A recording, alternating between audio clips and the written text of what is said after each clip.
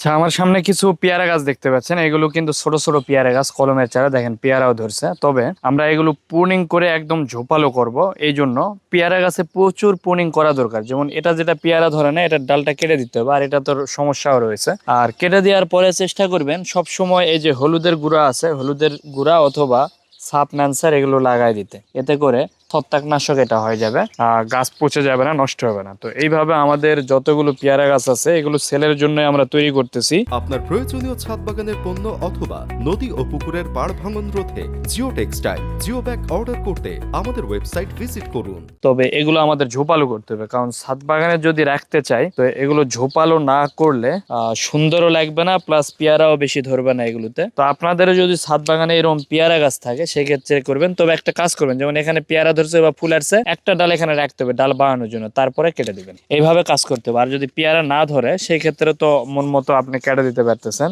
কারণ বেশি উচ্চতার গাছ করলেই আপনার ফল বেশি আসবে না। এগুলো ঝোপালো করতে হয়। ঝোপালো করে ডালপালা যত বৃদ্ধি পাবে তত আপনার বেশি পেয়ারা দেবে।